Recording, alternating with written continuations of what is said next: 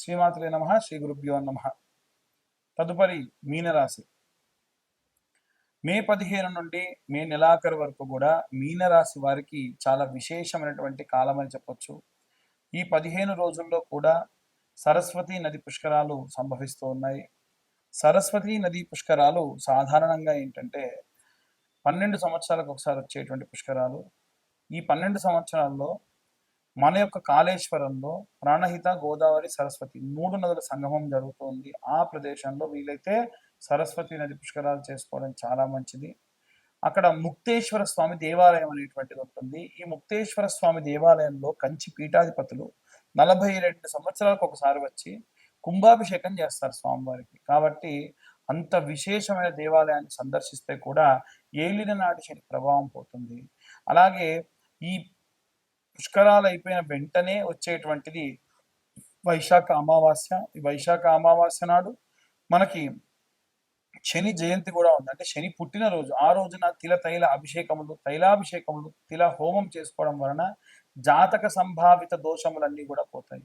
యాక్సిడెంట్లు, అపమృత్యుభయాలు ఇలాంటివి ఏవి కూడా రాకుండా ఉంటాయి.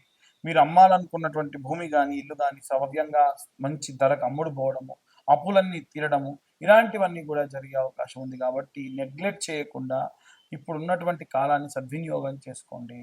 వీలైతే నల్ల నువ్వుల నూనెతో, అలాగే ఆవ నూనెతో, అలా అంటే ఈ కాస్త మనకు నూనెని చూస్తే కాస్త థిక్గా ఉన్నటువంటివి ఏవైతే ఉంటాయో అవి సంపెంగ నూనె కానీ, అలాగే విప్ప నూనె కానీ, ఆవ నూనె కానీ, నువ్వుల నూనె కానీ, ఆముదము కానీ, అలాగే నెయ్యి, ఈ పదార్థములన్నీ కలిపి పెట్టుకోండి.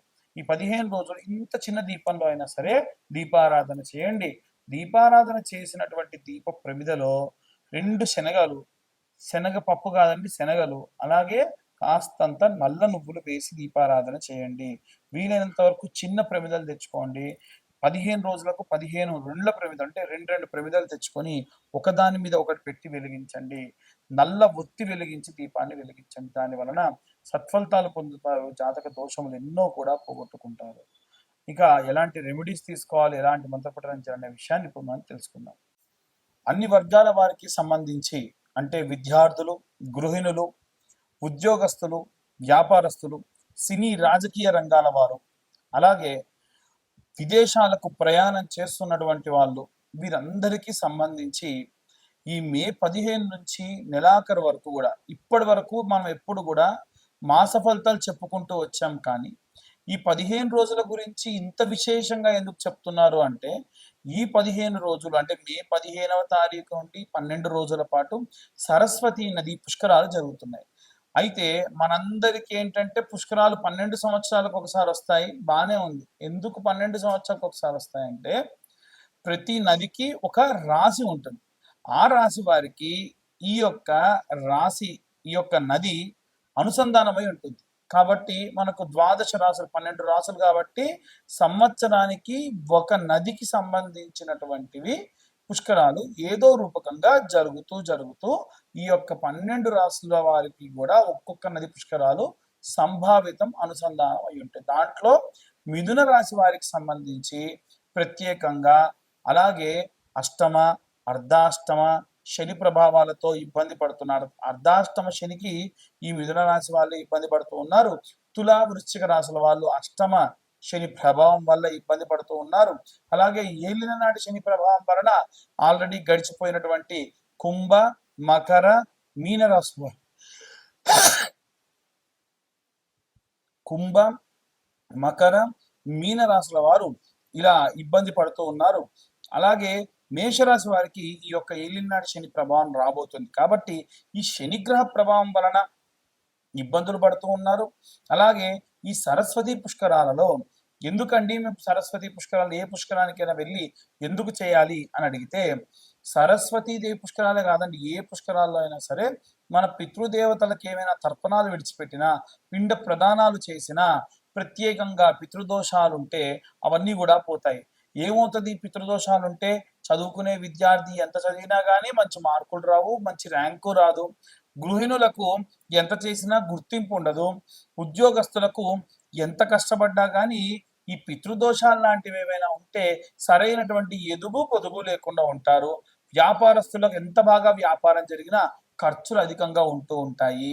అలాగే సినీ రాజకీయ రంగాల్లో ఉన్న వారికి కూడా పితృదోషాల వల్ల బహు విధాలైనటువంటి రకాలుగా ఇబ్బందులు పడుతూ ఉంటారు. ఇవేవి కూడా ఉండకుండా ఉండాలి అనంటే వచ్చినటువంటి పుష్కరాల్ని మనం సద్వినియోగం చేసుకొని ఆ పుష్కరాల్లో తిల తర్పణాలు, పిండ ప్రదానాలు చేయండి. చాలా చాలా మంచిది. అయితే ఈ పిండ ప్రదానాలు ఇవన్నీ చేస్తే ఎలా కలిసొస్తుందండి అంటే, కొంతమంది చూడండి వాళ్ళు పితృతర్పణాలు బాగా చేస్తారు. ఏంటయ్యా మీకు ఇంత డబ్బుంది, ఇంత బాగా కలిసి మా పెద్దలు చేసిన పుణ్యం అండి అంటారు. అవునా?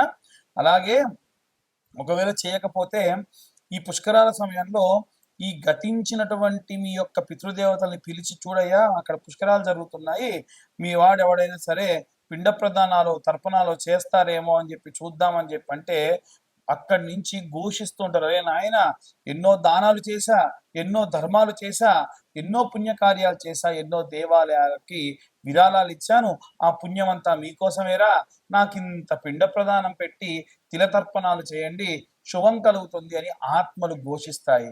అలా చేయడం వలన ఖచ్చితంగా వారు చేసిన పుణ్యం అంతా కూడా మీకు లభిస్తుంది.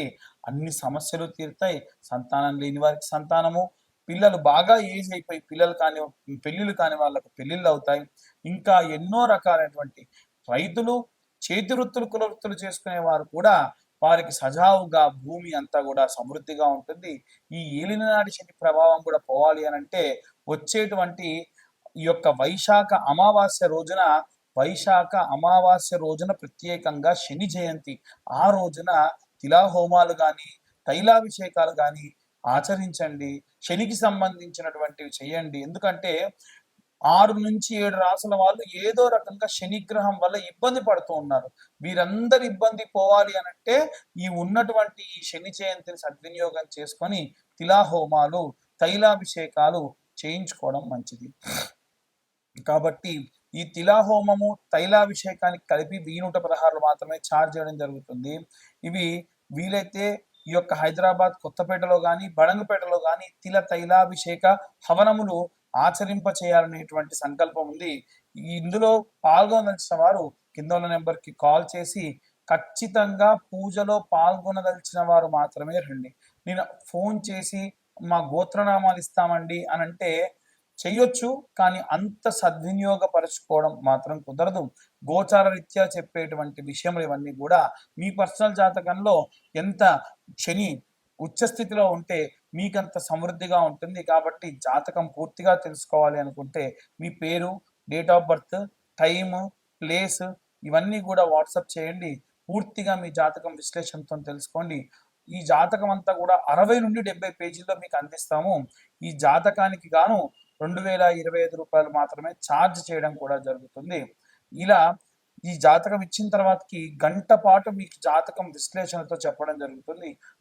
మా యొక్క డేట్ ఆఫ్ బర్త్ టైం లేదండి అనుకున్న వారు ఎటువంటి డబ్బు వృధా చేయకండి. మేము ఇప్పుడు చెప్పేటువంటి ఈ గోచార రీత్యా చెప్పే రెమెడీస్ అన్నీ కూడా మీకు చాలా చాలా చాలా బాగా ఉపయోగపడతాయి. సర్వే జన సుఖినో భవంతు. స్వస్తి.